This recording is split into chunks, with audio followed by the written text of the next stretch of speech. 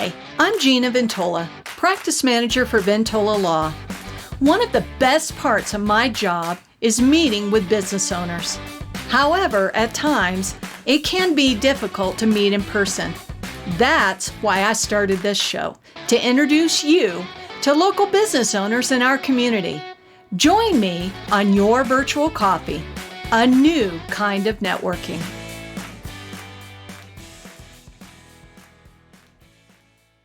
Hey everyone, welcome to Your Virtual Coffee, the web show which introduces you to great local businesses in the Denver metro area. My guest today is Jerri George. She is an author, menu consultant, franchise founder, and a 30-year veteran of the food service and catering industry. Jerri began her catering career in 1981, orchestrating posh weddings and extravagant soirees in South Florida. After a health setback, she started writing CATER AVVY from her rehab bed. She shares the story of her journey in Speaking Your Truth, Volume 3, Courageous Stories from Inspiring Women. This experience as a contributing author sparked a desire to write about her culinary career and an effort to help others succeed. And with that, Jerri, welcome to my show. Well, thank you very much. I'm excited to be here today. I was doing some research on you, and you have a really interesting personal story. Would you share that with my audience? Sure. Well, first of all, to get to it, I guess I should say that I've been cooking since I was about 6 years old in my grandmother's apron strings, and have loved it, and it was a passion of mine forever. I started catering in South Florida, and was there for about 15 years and decided that I was going to move west, move out of South Florida, and came out to Colorado and got settled in and restarted my business, and had just great success with it. People loved the food I brought from the East Coast, a little bit of a different palate than out here. And I just was having the best time with it. I felt like I was on the top of the world. I catered a wedding for 150 people on a Saturday night in October. And I woke up, I went to bed not feeling well, thinking I think I have the flu. And I woke up the next day being rushed to the hospital and ended up in the triage. And before I could even get into the ER, I was in a coma.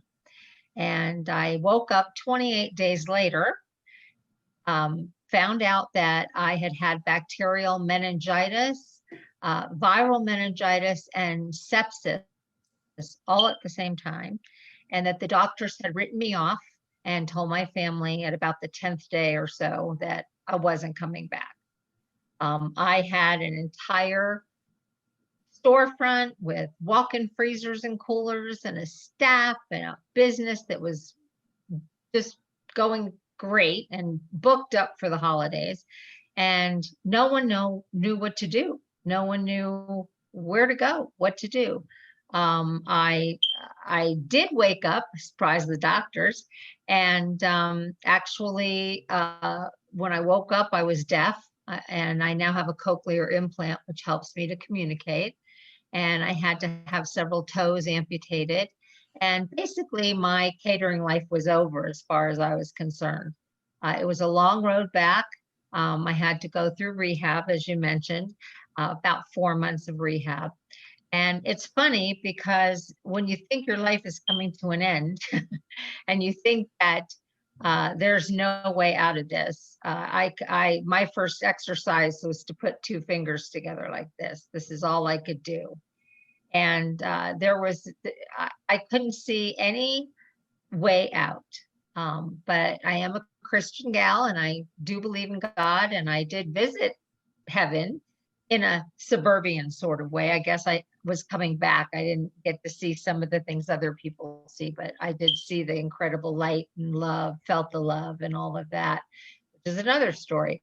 But when I decided what am I going to do with my future, I decided that I was going to write a book about my career in catering. After all, it was quite lengthy, 25 years then. And I wanted to share with others the secrets, the techniques, the tips, the things that nobody shares because they're using it for themselves. And I did. I wrote a book called Cater Savvy. I have a copy right here. And I loved it. This was a labor of love. As you can see, it's quite thick, and it covers everything from, it's not a recipe book. It does have a few recipes in it, but it covers everything from operations to hiring and firing, to finding your niche, to finding the right location for a business like that, how to market it, how to do sales. So it saw me through. I laid in bed. The only thing I could work on was my computer. And I laid there and just started writing. And it was very well received. It was a bestseller. It won an award, which I couldn't believe. It was about 2 years after I got out of rehab and was on my feet. I was told that it won a gold award from Colorado Independent Publishers Association. So I have to say that that experience taught me so much about recovery and about bouncing back and about how to pivot, how to find something else that you're interested in or can be interested in, and to make a success of it. And it's baby steps, step by step by step. I really believe that. Well, Jerri, your story is really compelling, and it's fascinating that you are here with us today Oh after yeah. that you've been through. And not only do you have a book and an amazing personal story, you also have a mastermind class. Would you share about that? Well, I did, I got to the point where I couldn't really work 15 to 18 hours a day in a kitchen anymore and cater. So I hired a staff and I started thinking, okay, how can I take this one step further? How can I go online and offer people all over the world, not just the book, but classes to be able to take? So I have started Cater Savvy mastermind class and mentoring program, which I'm really excited about, because along with the class, once they've completed the class of 6 modules, 24 courses over 6 weeks, I offer catering coaching where they can have me one-on-one on Zoom, and they can share anything that's going on in their business, how they want to fix something, what they can do to tweak it.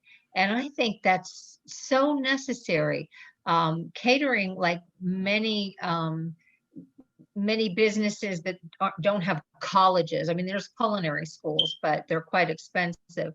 And there's not really a lot of courses out there to teach people what you learn in the hard knocks part of it. And that's what I want to do, is be able to guide culinary students, people that are trying to learn and thinking that they're a fabulous cook and they'd like to do this, but they don't know where to start. And even chefs that have already begun who might be struggling in the business, I can guide them as well. I not only opened up my business in Florida for 15 years, but I also came out here and had it for 15 years. I lost it for a few years and then reopened it under another name, which my son now manages. And so I have done it 3 times. I've recreated the business in 3 different places in 3 different companies. So I've been there, done that, the old expression. Well, speaking of pivoting, I'd like to pivot a little bit and find out what is an issue that your student, your client, that caterer, whoever that is, what keeps them up at night and how do you solve that issue? I would say sales and marketing. You very often go to bed thinking, what can I do to get new clients? What can I do to make my clients reorder? What can I do to get my clients to stay with me and be happy with me? Um, and it has a few facets, but a very solid, good marketing plan. And I've learned over time, I've taken lots of courses on marketing, and I've learned over time that there are specific secrets that you can use when you're marketing. And marketing also needs to be tailored to your business. So I've learned what works for catering, what works for food service. And beyond that, sales. When you get somebody sitting in your office or at a tasting, you really need to know some of the special ways that you need to approach of how to sell, how to pitch and sell a wedding. You're talking about a big investment, $5,000 to $10,000 at minimum, and you need to know how to present that, how to uh, uh, create an excitement with the client, and also let them realize what's in it, what it takes to be what I like to call um, uh, food service on location, because that's really what catering is. Jerri, let's talk about power partners.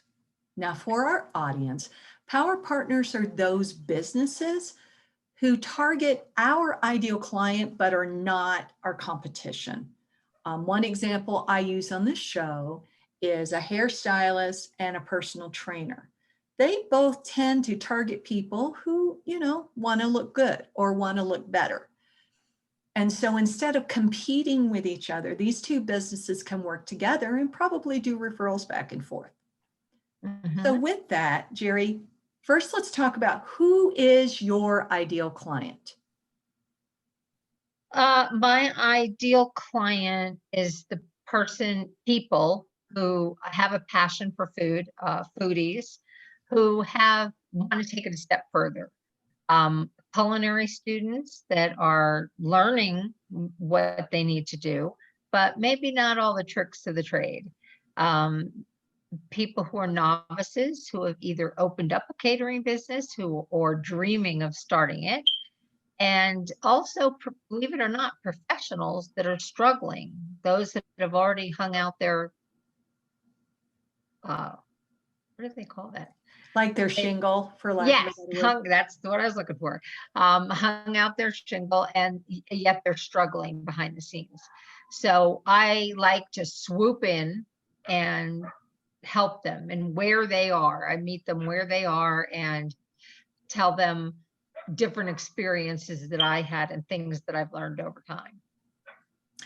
So I'm thinking, who else would target this ideal client? I'm thinking food service companies, because they're not going to compete with you. Mhm. They're going to sell products. Restaurant supply companies, those who, because caterers go there too. Right.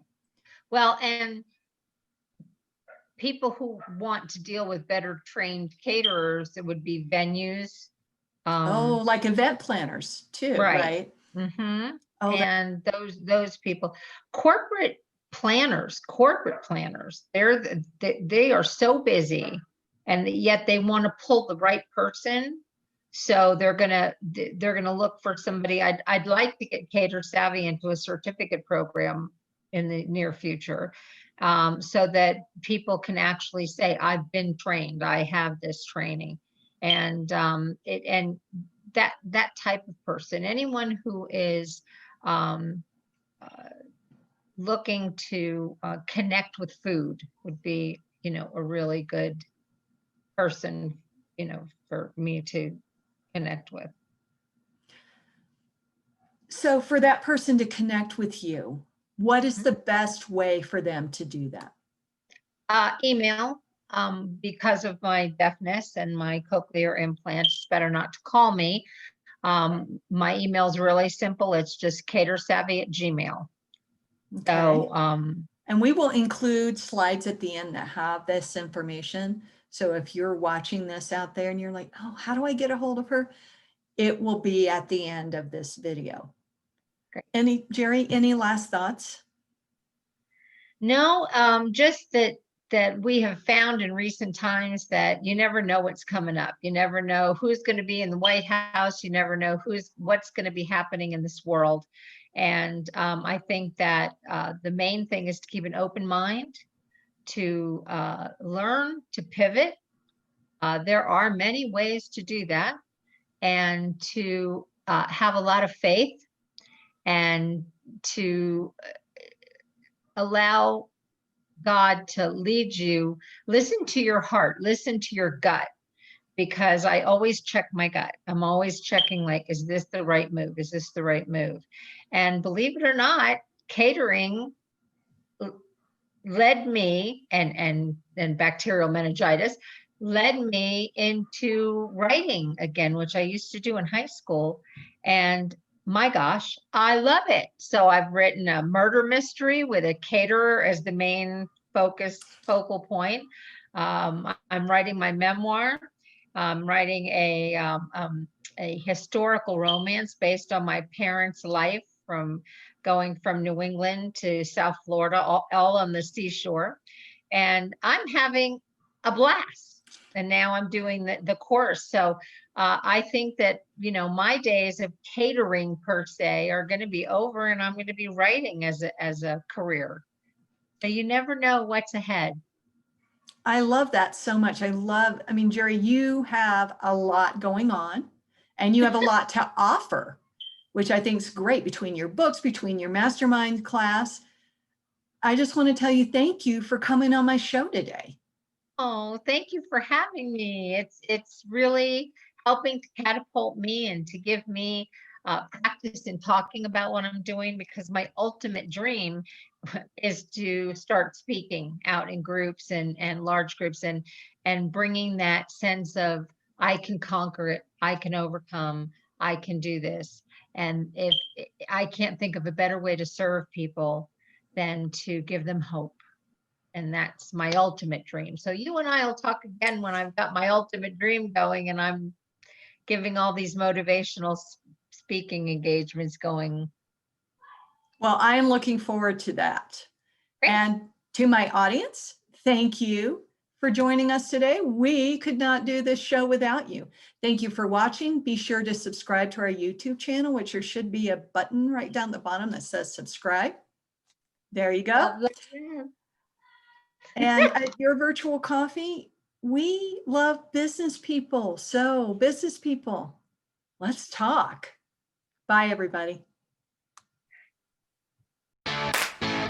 Your Virtual Coffee is sponsored by Ventola Law. Ventola Law, mediation and legal representation at an expert level. You can find them at ventolalaw.com. Thanks for joining me today. For more information on Your Virtual Coffee, check us out on Facebook, Instagram, Twitter, and wait for it, our website at yourvirtualcoffee.com. Thanks again for watching, and have an incredible day.